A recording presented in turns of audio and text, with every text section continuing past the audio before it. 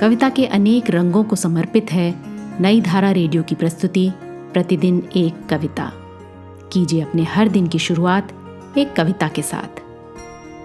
आज की कविता है हजामत, जिसे लिखा अनूप सेठी ने। सुनिए ये कविता मेरी यानी आरती की आवाज में। सैलून की कुर्सी पर बैठे हुए कान के पीछे उस तरह चला तो सिहरन हुई। आईने में देखा बाबा ने 60-65 साल पहले भी कान के पीछे गुदगुदी हुई थी। पिता ने कंधे से थाम लिया था। आईने में देखा बाबा ने पीछे बेंच पर अधेड़ बेटा पत्रिकाएं पलटता हुआ बैठा है।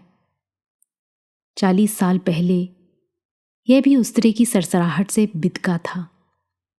बाबा ने देखा आईने में 41 साल पहले जब पत्नी को पहली बार ब्याह के बाद गांव में घास की गड्डी उठाकर लाते देखा था। हरी कोमल झालर मुंह को छूकर गुजरी थी, जैसे नाई ने पानी का फुहारा छोड़ा हो अचानक।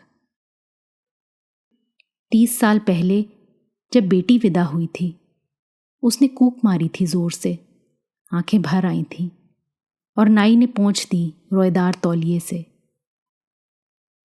5 साल पहले पत्नी की देह को आग दी, आंखें सूखी रहीं, गर्दन भीग गई थी, जैसे बालों के टुकड़े चिपके हुए चुभने लगते हैं।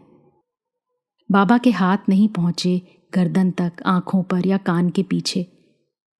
बेटा पत्रिका में खोया हुआ है, आईने में दुगनी दूर दिखता है। नाई कमबख्त देर बहुत लगाता है। हड़बड़ाकर आखिरी बार आईने को देखा बाबा ने। उठते हुए सीढ़ी से उतरते वक्त बेटे ने कंधे को हौले से थामा। बाबा ने खुली हवा में सांस ली। आसमान जरा धुंधला था।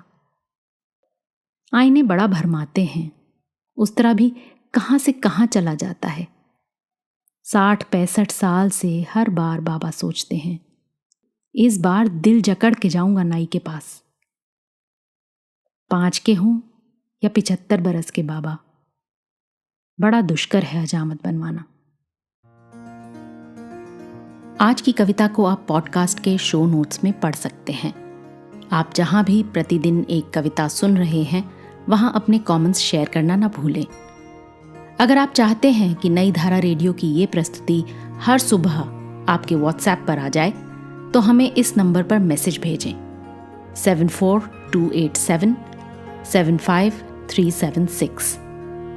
कल एक और कविता के साथ फिर मिलेंगे।